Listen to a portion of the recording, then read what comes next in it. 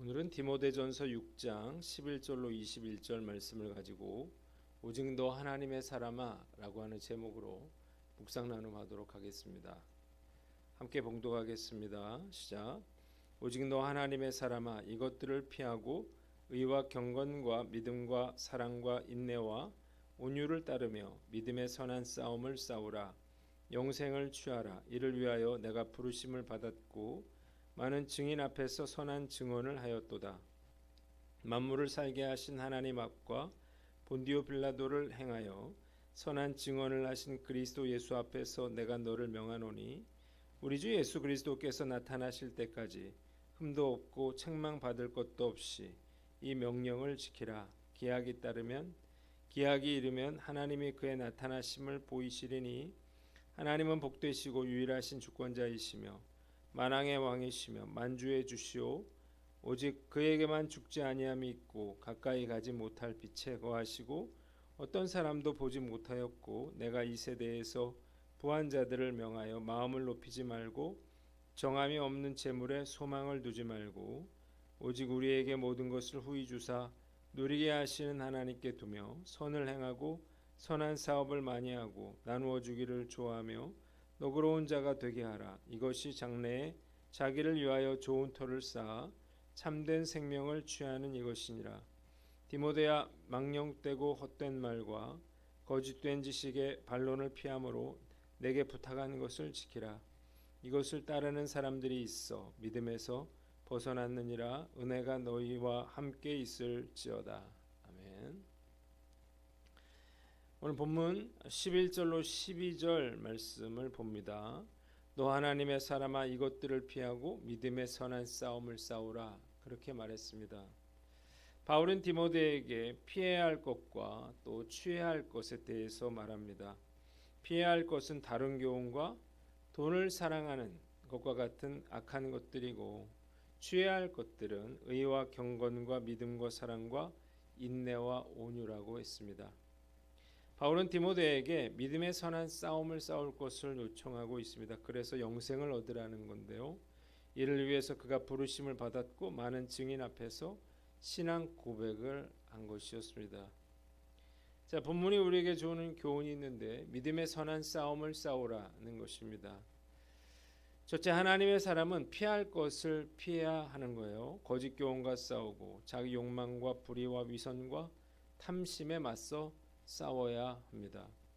둘째로 취할 것은 취해야 합니다. 의와 경건이라고 하는 것은 하나님의 성품을 닮아가는 것으로서 이는 법적으로 의롭다함을 얻은 것에 걸맞는 그러한 삶을 사는 것을 의미합니다.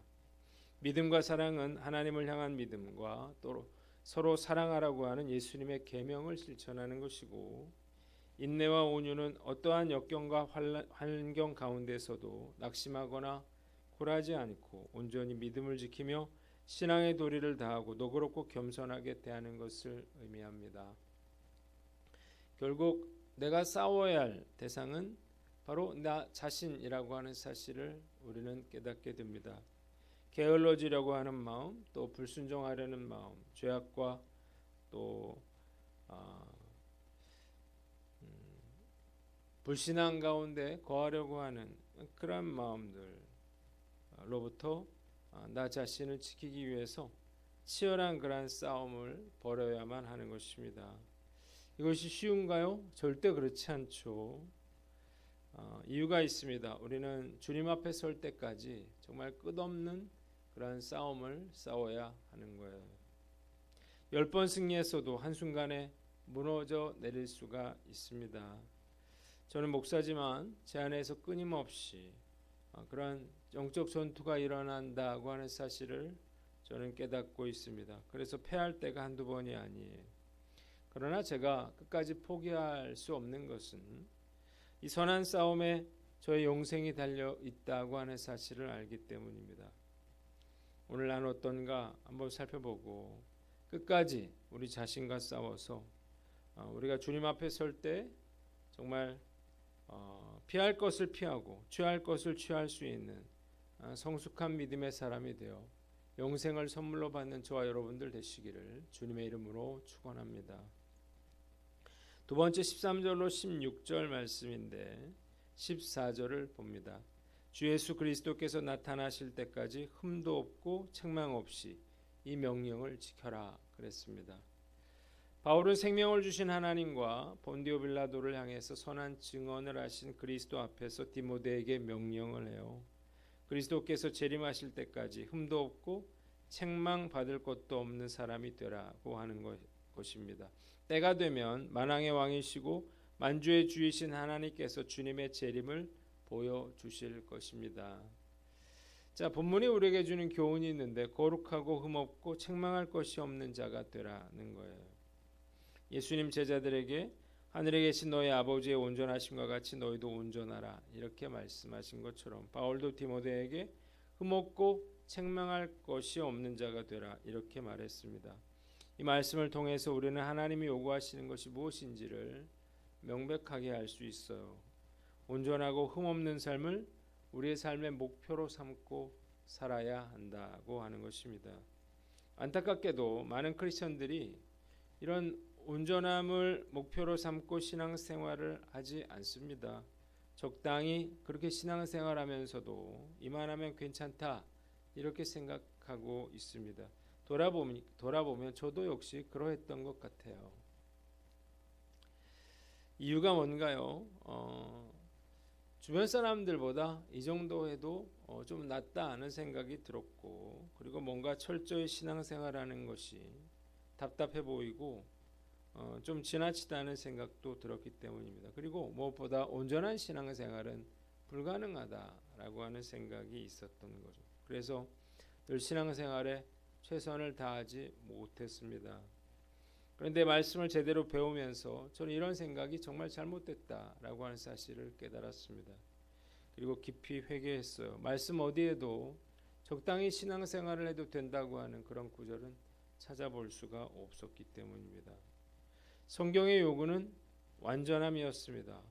또한 불가능한 것처럼 생각했던 온전함이 주님과 동행하면 얼마든지 가능하다고 하는 사실도 알게 됐습니다. 그래서 저는 그 이후부터는 흠없이 온전한 크리스찬이 되도록 그렇게 노력하며 살아왔습니다.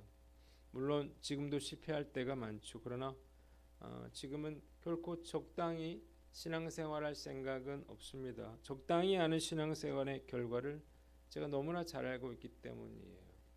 적당주의 신앙생활의 결말은 고통과 실패와 좌절이었습니다. 적당주의라고 하는 말 자체가 불신앙이고 불순종이기 때문이에요.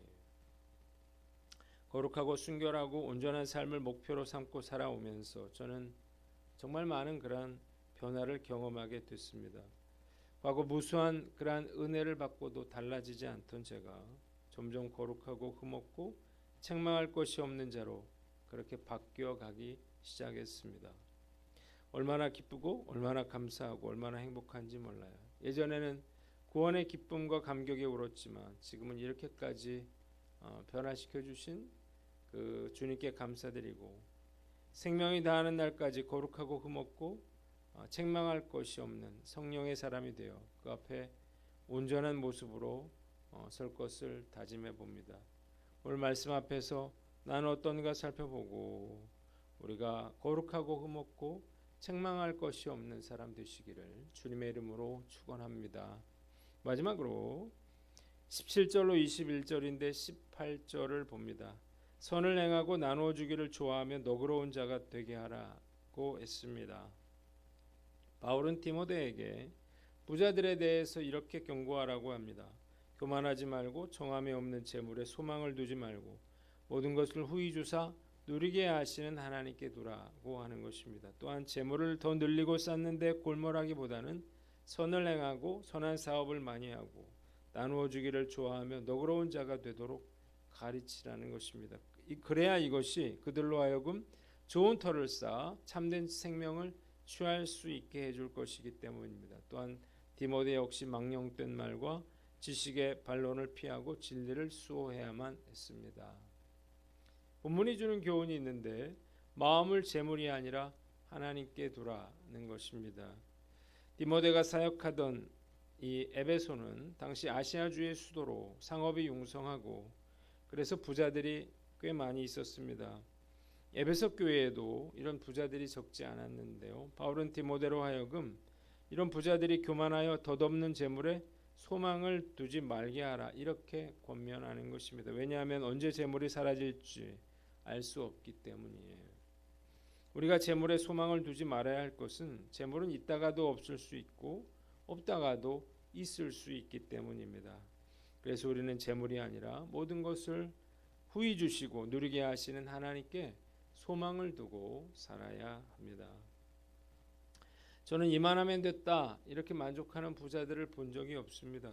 대부분 더 많은 재물을 모으기 위해서 혈안이 되어 있습니다. 안타까운 것은 어느 한순간에 그 재물이 연기처럼 사라지더라는 거예요. 그제서야 이럴 줄 알았으면 헌금이나 할 걸 이렇게 후회를 합니다. 재물이 많든 적든 재물이 아니라 하나님께 소망을 두고 살아야 합니다. 그래야만 재물이 있든 없든 흔들리지 않고 믿음의 길을 갈 수가 있는 것입니다. 오늘 난 어떤가 살펴보고 정함이 없는 재물에 소망을 두지 않고 오직 하나님께만 소망을 두고 살아가는 저와 여러분들 되시기를 주님의 이름으로 축원합니다. 두 번째는 선한 일을 행하라는 것입니다.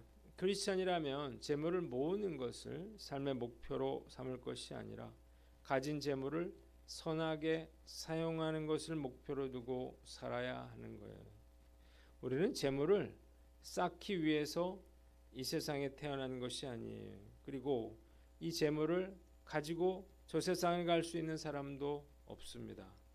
공수래 공수고 빈손으로 왔다가 빈손으로 돌아가는 것이 우리의 인생이에요. 때문에 재물이 있다면 그 재물을 선한 일에 사용하는데 우리는 관심을 가져야 하는 것입니다.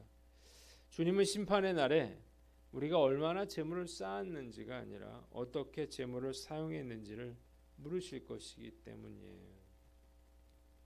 선한 일을 행하는 것은 결국 장래에 자기를 위해서 좋은 터를 쌓아 참된 생명을 취하는 그러한 방법이 되는 것입니다. 그래서 목회자로서의 저의 책임은 먹고 사는 것, 물질에 대한 탐욕을 가지고 사는 사람들의 관심을 예수님께로 돌려 믿음의 선한 싸움을 싸우고 영생을 추구하며 살도록 만드는 거예요. 성도들로 하여금 가진 재물로 선행을 행하게 하시고 또 하나님께서 기뻐하시는 일을 하도록 그렇게 최선을 다해 권면해야 하는 것입니다. 추수감사주의를 앞두고 있는데 우리 교회도 추수감사절 헌금은 어려운 분들을 돕는 데 사용하고 있습니다. 많은 분들이 헌금에 동참해서 선한 일에 쓰임받기를 간절히 기도합니다. 기도하겠습니다.